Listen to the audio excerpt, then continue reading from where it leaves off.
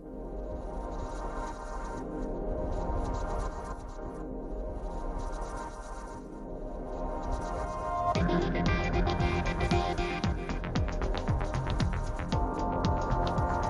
were tired of listening to the same old stories about growth and innovation that we read today in the business press.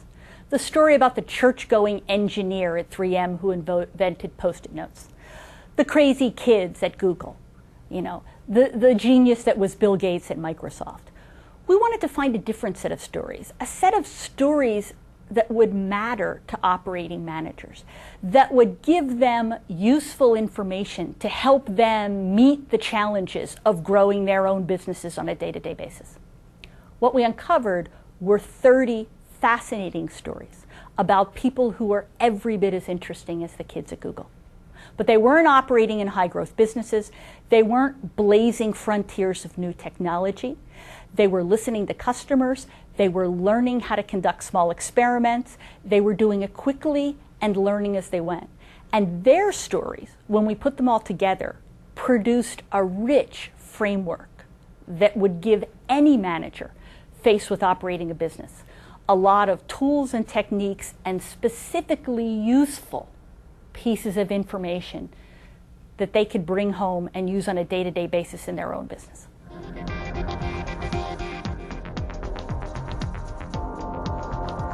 We wrote this book for the middle-level manager in an organization faced with growth pressures because we believe that he or she has at their disposal the opportunity to grow their business in significant ways using the principles that we've learned.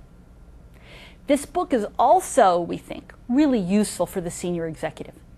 It's amazing the way in which the organization gets in the way of growth leadership. We've learned a lot of the do's and don'ts of organizational structure and process, and the way in which encouraging growth is very different than running a maintenance organization. There are systems difference, there are process difference, there are ways in which working with leaders, we can either, as corporate leaders, encourage growth or inhibit it. And we believe we've unlocked a lot of the ways in which organizations get in their own way as they ask their own people to grow.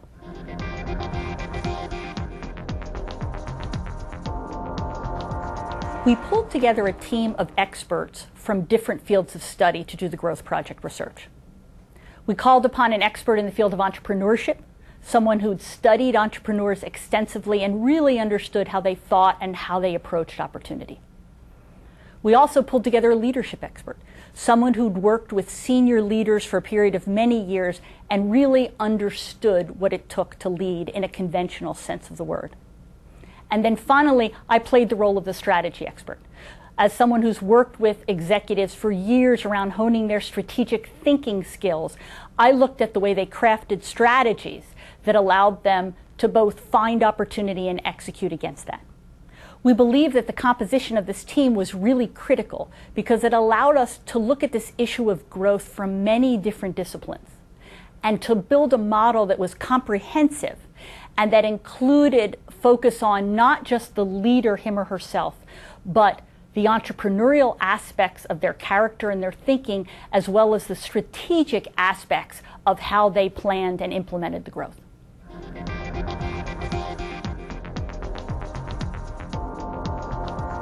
There is huge untapped opportunity sitting inside every major corporation today, which are filled with managers with growth opportunities at their fingertips waiting to be unleashed.